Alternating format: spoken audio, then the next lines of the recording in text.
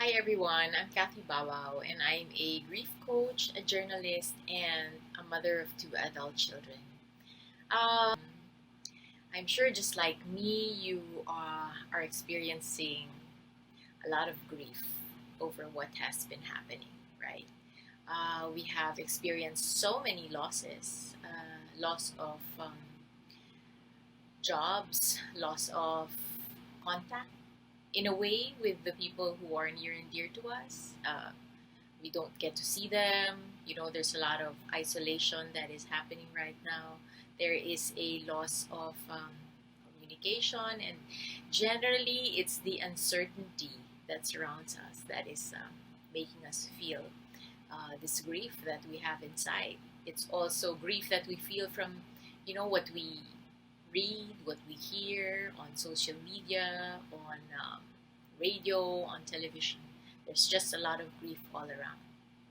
Now, the important thing that you need to remember about grief is grief results in a loss, right? And that loss, of course, is not always due to death. There are many different types of losses. And in order to move forward, we have to mourn those losses properly. Now, a brief note: what is the difference between grieving and mourning, or grief and mourning? Imagine a glass of water. Uh, the water inside are your feelings, your anger, your sadness, your anxiety, your fears.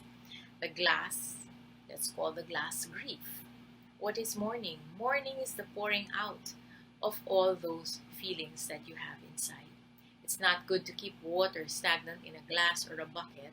So it's essential to our well being and to our mental health that we pour out those feelings or find a creative or a healthy outlet in order for us to pour out whatever negative feelings that we have. So, according to one of my mentors, Dr. Alan Wolfelt, there are six needs of mourning. Okay, six needs of mourning, so that we can move forward with our life. Okay, so the first need is, of course, we need to acknowledge the reality that we are in this situation that we are now, and that's pretty obvious, right? So, how do we help ourselves acknowledge this or accept this if we haven't accepted it yet? It's very important to go to the right news sources, um, but it's also important that you limit your viewing or your reading or your watching or listening of those sources, because you can easily get overwhelmed. That's why it's so important to be very self aware and know when to pull yourself away from what it is that you are watching. It's also important for you to talk about whatever feelings you may have with other people, with your friends, um, with your spouse, with the people that you live with. It's very important that you find an outlet to unburden yourself. Okay, if you're not the talking type, then I would suggest you can also write about it in a journal. The second need is for you to honor and respect all your feelings. Okay, all feelings are valid, and there are so many feelings right now. It's important for you to acknowledge them, to name them.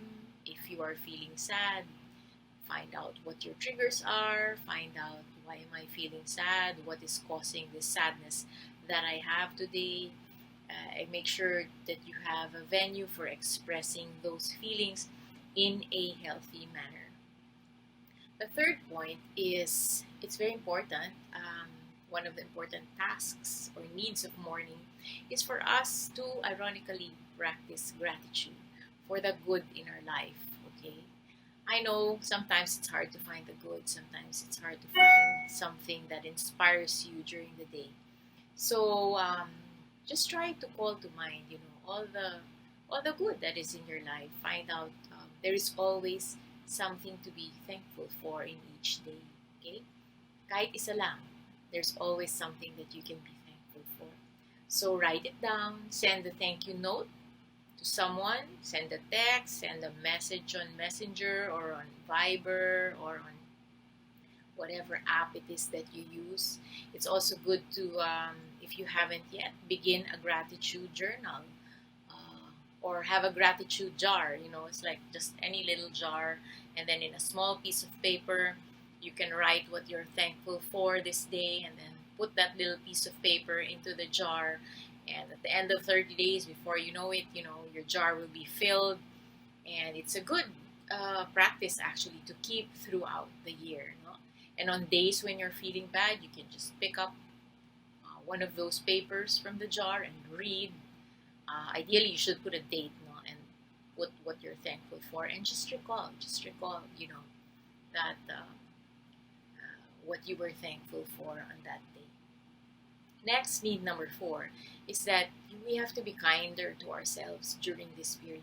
Don't pressure yourself that, oh, I have to do this, I have to finish this, I'm not productive. It's a very trying time. So just, cut yourself some slack, and be kinder to yourself. It's also important for you to nurture the physical, the emotional, the cognitive, the social, and the spiritual. So how do you do that? It's important to get some exercise every day, even 15 or 20 minutes. If you can get some sun in the morning, that is essential. Vitamin D is good for immunity. It also impacts depression. Vitamin D levels in the body are very important. Emotionally, talk to someone, go on Zoom or on FaceTime or on whatever app. It's good to connect with a friend, kahit video lang, even once a week. Read books, enroll in online courses, pray and meditate. Very, very important.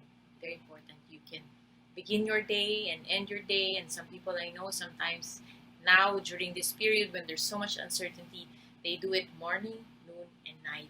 And it's proven to really help you through this time. Number 5 need of mourning is there's a search for meaning. Okay, what is the meaning of this entire quarantine period? It may come to you, it may not come to you, uh, the meaning may come at the end of the period. When that period is, up to now, we still don't know. Um, or it may come after. Okay? Right now, we're like all in suspended animation. And sometimes that's what drives you crazy, right? So transitions are really sometimes, no, most of the time are not comfortable. But it is in the transition, where we transform ourselves, where we really change. Because you're not going to come out of this experience the same person. Um, for sure, kahit konti, there will be a change within you, and hopefully you can carry that positive change into your life after this quarantine. So again, mindfulness, meditation, and prayer, and quiet time for yourself is very important in order for you to fulfill this need. Lastly, the last need is, just to reach out. Reach out, give support, and accept support. I know it's sometimes difficult to ask for help or to accept for help, but if you feel that, you need help during this period, reach out to your friends, reach out to your family, reach out to a counselor. Don't be shy, okay? And give help. There's so many ways that we can help during this period of time. So many people that we can help. Frontliners, daily wage earners. You can give of your time, of your talent, of your resources. And let's all just be extra kind to each other during this period. I think that's one of the most important things that we can do. When we are kind and when we are extra generous to others, really, I believe that's when the true healing